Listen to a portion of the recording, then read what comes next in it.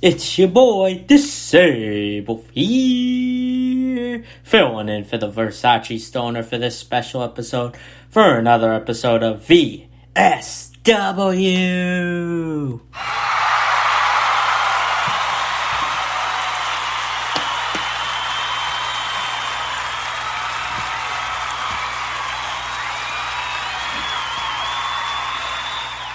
Come on, guys, cut it out. So, today, I'm going to start a weekly column recap. Here at the VSW, we carry all the weekly independent shows around New England, and we've been expanding to the tri-state of New York, New Jersey area to cover indie shows. But here's the moment you've all been waiting for, folks. Today is a brand new day in VSW history. From now on, between every Saturday and Monday, once a week, I will recap all of each AEW Rampage videos. Once a week, we'll have on TNT AEW Rampage. And it is kind of different from Dynamite, but instead of a 3-hour show like Raw, it carries an extra hour on the slot that we got used to when it got preempted for NBA playoffs on TNT. Tony Khan's going to add it, make it as big as a Dynamite. It is a lot better in terms of darker elevation as it continues storylines from the AEW Jaguarville.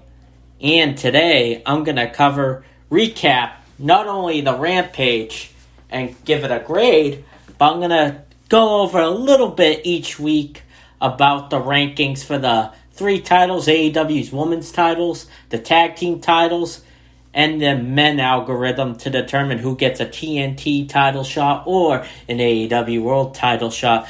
Looking at the rankings, let's get started, shall we? So AEW Rampage, the first ever episode, is in Pittsburgh, or you can say Brittsburgh, in the University of Pittsburgh, where the alma mater of Dr. Britt Baker. The first ever match on AEW Rampage started with not 1, not 2, not 3, but 4-man commentary booth of frickin' legends, including Tony Schiavone, Taz, Mark Henry, and the Judas lover himself, formerly known as Y2J, Chris Jericho, leader of the Inner Circle.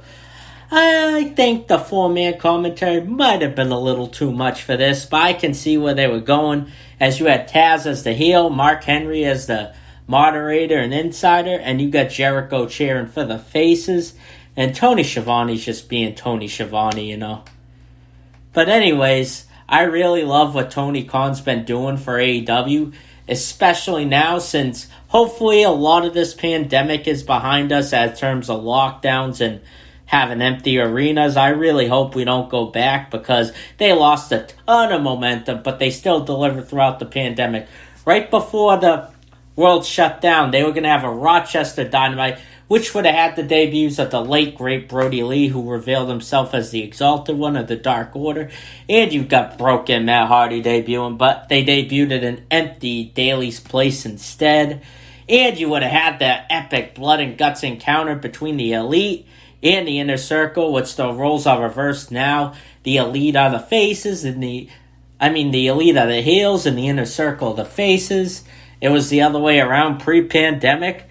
And let's get started, shall we, with Rampage. The whole point of Rampage is to carry an hour of storyline. Friday nights at 10, people maybe complain about how it didn't do as well when they preempted it for TNT, but you get people used to it, especially if people watch SmackDown 8 to 10, or people that go out on the Friday nights. You can always DVR it, watch it on the following Saturday, or you can watch it on a Sunday. I think it's great. You can watch it whenever. Especially, you're going to want to go out of your way to watch next week's Rampage. We'll get into that a little bit later. But anyways, this takes place in Pittsburgh. The opening match was scheduled for one fall. And it is between the Impact World Champion and TNA World Champion, the cleaner Kenny Omega, versus Christian Cage for the Impact World Championship. Ironically, before I talk about this match, they announced for All Out, shocking to many people, that it's going to be Christian versus Kenny Omega for the main event of All Out for the AEW World Championship, which Kenny Omega owns, as well as the AAA Mexican Championship and the Impact Championship too. He has so many belts, that's why they call him the Cleaner, folks, especially dating back to his New Japan days. And Christian Cage made himself known for once he left WWE in the Ruthless Aggression era, when he parted himself from Edge a little after the Attitude Era. He's still known for being the sidekick of Edge, but he's got to get away from that shadow. And I think him going after what he once held as the Impact World Champion, it's TNA which got Christian the standalone from his tag team career, make everyone knows that he outworks everyone as what he says on his t-shirt, and he knows he wants to prove people wrong, as he wasn't cleared for at least 5 years, dating back to his last WWE run. Anyways, Kenny Omega's been on a roll ever since he defeated Jon Moxley for the AEW World Championship, as he's taken a more dark turn with his character, including former Impact GM Don Callis. They've been running around the whole Dynamite roster.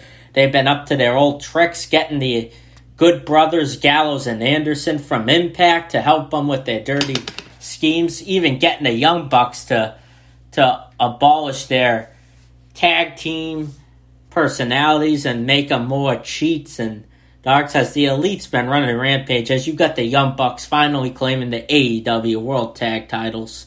They've been holding them a long time since they defeated FTR at last All Out. And you got Kenny Omega facing Christian for the debut of Pittsburgh, and that crowd was hot. It was a home run type show, and I think that Christian has done so well in this match. You have to wonder, you kind of was an unpredictable match. That's the thing you love about AEW. Sometimes matches are always predictable in the wrestling world, but AEW has surprises, suspensions, and they don't leak anything. That's what I love about this company. People that leak it isn't Tony Khan himself talking to all these dirt sheet Twitter accounts. He believes in a surprise. He's the owner of the Jacksonville Jaguars, full on FC football, and he's got a great mind, which is really good. And I think Rampage will have big championships every week. At least the TNT title will be decided. But I'd like to apologize, folks. I botched. It was Excalibur, not Tony Schiavone being the fourth commentator of Rampage. My bad. This was a great match, which Captain Charisma, the Pete Christian, carried the match in the beginner with elbow shots, back of the neck. And he even kicked out of a V-trigger by Kenny Omega. But what really caused this match to swing the momentum was when Don Callis tried to distract the referee. The crowd was all bullshit. You had the Young Bucks sneak in a steel chair, as when Kenny Omega was going to try to hit Christian, Christian was opposed, and when the referee was distracted by Callis, Callis got his own medicine back to him, as Christian hit Kenny Omega with the steel chair, and he hit the finisher on top to win the TNA and Impact World Championship, the double belts from Kenny Omega. And you had Jurassic Express, Luchasaurus, and Jungle Boy, who is going to face the Young Bucks for the AEW World Tag Team titles this Wednesday at Dynamite, folks. It is going to be great. You have them being congratulated, and now back you saw Orange Cassidy behind just hanging out, whatever, cooling off when Christian was being interviewed. But Christian said he came back to outwork everyone ever since he debuted in Revolution. He said that he was going to start by coming for Omega's Impact Championships, degrading one-on-one, and he's going after his World Championship. This is Kenny Omega's first loss in over a year, supposedly. That is an amazing run. He is one of the best workers to never work for a big-name company, kind of like how Sting was famous until a few years ago, never working for Vince McMahon. You have Kenny Omega and high in that regard. Dave Meltzer loves him. He is one of the very few guys that will get 6 or 7 star matches. Regardless of how you feel about his new attitude and antics with Don Callis, I will always have a true respect for Kenny Omega, and I'm really happy Christian got this win. But we are going to move on. I will go over the title scenes later. We are going to go for a TNT championship between Miro, formerly known as Rusev, versus the AEW Vlog sensational underdog who has a huge 1-29 record coming into this. The Sammy Guevara Vlog sidekick himself, Fuego Del Sol, facing Miro for the TNT championship. Not only was the stipulation that if Miro lost to Fuego Del Sol, he would lose his TNT championship and Del Sol would be the new champion. Del Sol would have gotten that long-awaited contract from Tony Khan, and the crowd was frickin' cheering for him. Right before the match started, Miro's been bullying him for months and months on Dark and Elevation, where you saw Fuego Del Sol, and people that watch Sammy Guevara's Vlogs, which has been a great job, by the way, Sammy. He is such a Spanish god.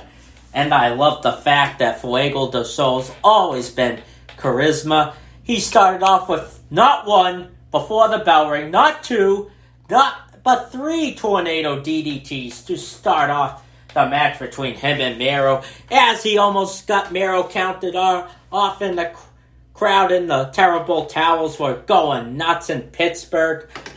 And people thought Fuego had that match won, which would have been okay in my book because Miro is still undefeated throughout the year of 2021 with the TNT Championship reign. But still, once he came in the ring, it was a momentum changer. When Fuego tried to go for a 4th top rope move, potentially tornado DDT, you got Miro catching him and knocking him on the mat. And he had a kick to his head between his submission camel crutch to make him tap out. And the crowd was so upset, so sad. And Miro not only grabbed his TNT championship, he grabbed the potential contract for Fuego Del Sol, ripped it into pieces. And then out comes the Spanish God's music with Tony Khan in his air set.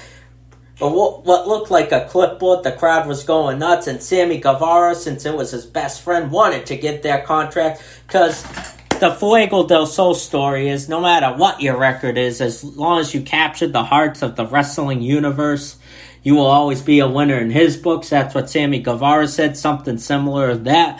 And they hugged it out, and the crowd went nuts. And congratulations to Fuego Del Sol for getting that long-awaited AEW contract, and hats off to Sammy Guevara for being a great friend.